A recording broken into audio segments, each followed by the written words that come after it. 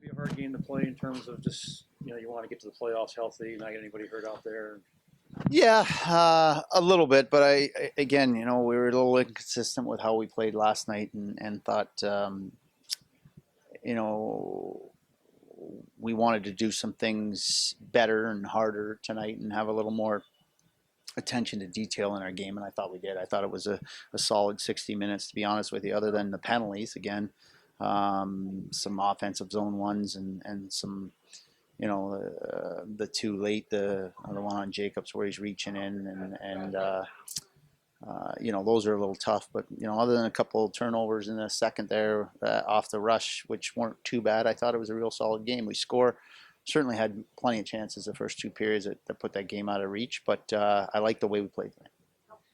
You mentioned some of those things.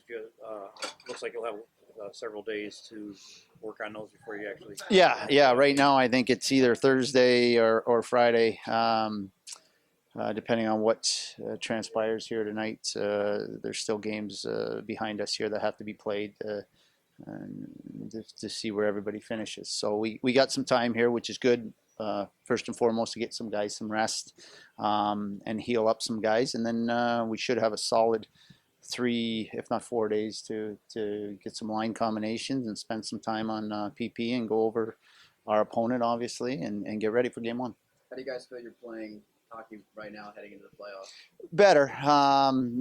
There's still been some inconsistencies in our game, but our lineup has changed. We had some young guys in here and wanted to take a look at them, and I thought they did a good job. So, but we went through that stretch where we had one win in 7, I think it was, and had some real tough outings where we didn't play bad, we just couldn't score. We've started to score some goals the last couple games and this last week, which is good. But then some of the details in our game slipped. So it's a give and take, and I think playoff hockey kind of snaps you back to that detailed, intense hockey pretty quickly. Do you put any importance on finishing third over fourth? We didn't really talk about it. I think it was just a pride thing. We saw where we are. We knew if we, after the win on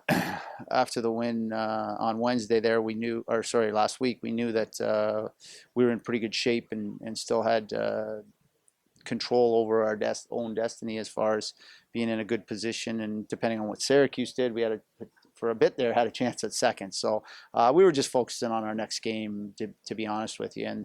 And third or fourth at the end of the day is going to depend on who you're playing, based on still 1 and 2 being up for grabs. So it's been real tight. It makes a difference if 4 upsets 1, then you have home ice for the second round. Yeah. No, we never really talked about it. We just, we wanted to win out. We wanted to kind of win out, and we there was opportunities last night, didn't, and then tonight, like I said, it was a good effort.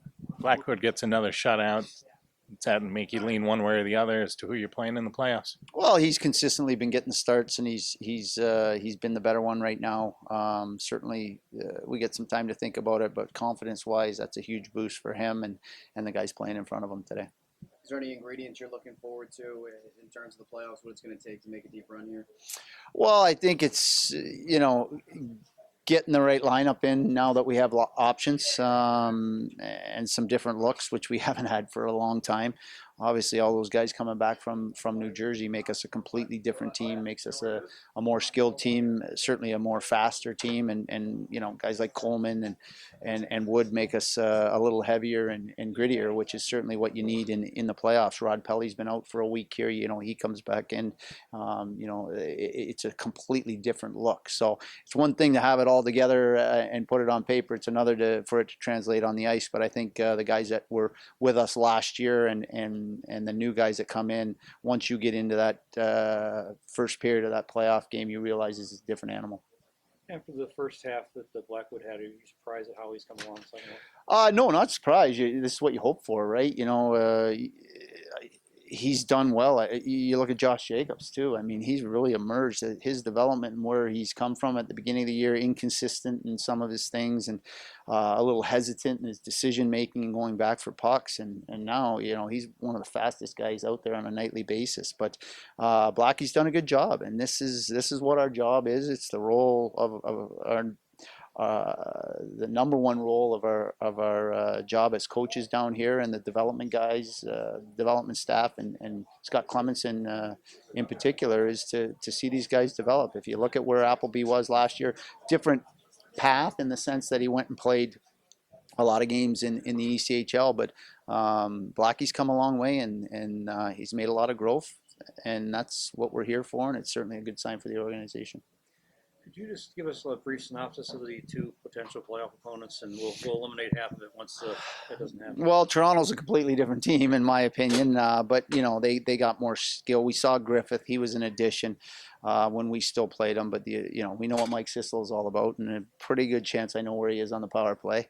Cal O'Reilly, another highly skilled guy that they added. So they're a skilled team, as they were. I would say they're real close to the level they were at last year. The only difference is they're veteran guys instead of Nylander and Hyman and some of the younger guys. Their D looks a little bit different, but a highly skilled team that is going to have a scary power play. On the other side, the other team, Syracuse, when they were loaded up at the beginning of the year, I thought they were probably at least 1 through 9, if not 1 through 12, the most skilled forward group in the league. And they had, their D are big D that are pretty mobile and physical. And they play hard. They play the game the right way. They're a high energy pressure team that gets in your face and can come at you in waves. So either way, it's going to be a good challenge, and we're really looking forward to it.